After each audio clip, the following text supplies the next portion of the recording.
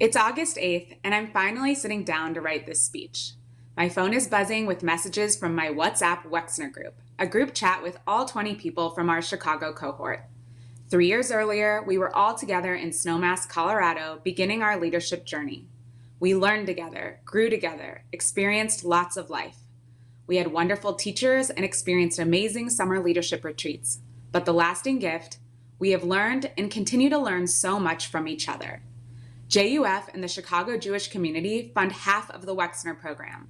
It's one of the many additional things JUF does that makes explaining what JUF is so difficult to do sometimes. It's hard to explain just how powerful an investment I believe this program to be. I love that JUF invests in community and in leadership. I am forever grateful. In Wexner, we did some tech study. I was not looking forward to that particular aspect, but it turned out to be one of my favorite things. The discussions it sparked, the fact that we as Jews learn so much from our stories, it resonates with me.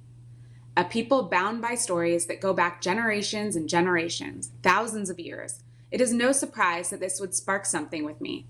I've always been inspired by stories, and specifically the story of my own family. Reflecting on what I wanted to say, I thought about a piece of art in my parents' house that I never paid much attention to. But when I spent 10 weeks there earlier this year, at the beginning of the pandemic, I found myself passing it daily.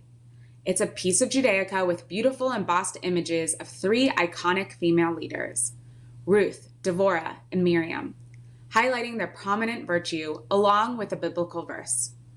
We learn our Jewish values through storytelling, and these women of valor have so much to teach us. Ruth, her virtue, commitment. Wherever you go, I will go. Wherever you stay, I will stay. Your people shall be my people. My grandmother's name is also Ruth. At 8 years old, she left Dubianka, Poland, just months before the Nazi invasion. She has lived the American dream. But like the biblical Ruth, her life had many tests as well. She experienced tragedy and loss, yet she exudes joy. My grandma Ruthie has shown me what resilience looks like and how to handle hardships with grace. For my birthday in July, she gave me her lion pin, which I'm proud to be wearing today. Her legacy, just like the biblical Ruth, she has taught me the importance of family and the power of commitment. Devorah, her virtue, integrity. The village life in Israel ceased till Devorah arose. My Bubby Doreen's Hebrew name was Devorah. She came to Kansas City from Prince Albert, Saskatchewan. She lived her life with incredible integrity. Her values were strong, and one of the things I admire most, she didn't have to talk about what her values were because she lived them every day. Family and community were at the center of her life. While her family in Canada was always near and dear to her heart, she made every effort to make Kansas City her community and her home. She and my Zadie were generous, but it was their generosity of spirit that made them so remarkable. Her legacy, a tight-knit family inspired by the traditions she created. Miriam, her virtue, leadership. The prophetess Miriam took up a tambourine, and all the women followed her with tambourines and dancing while Miriam chanted to them.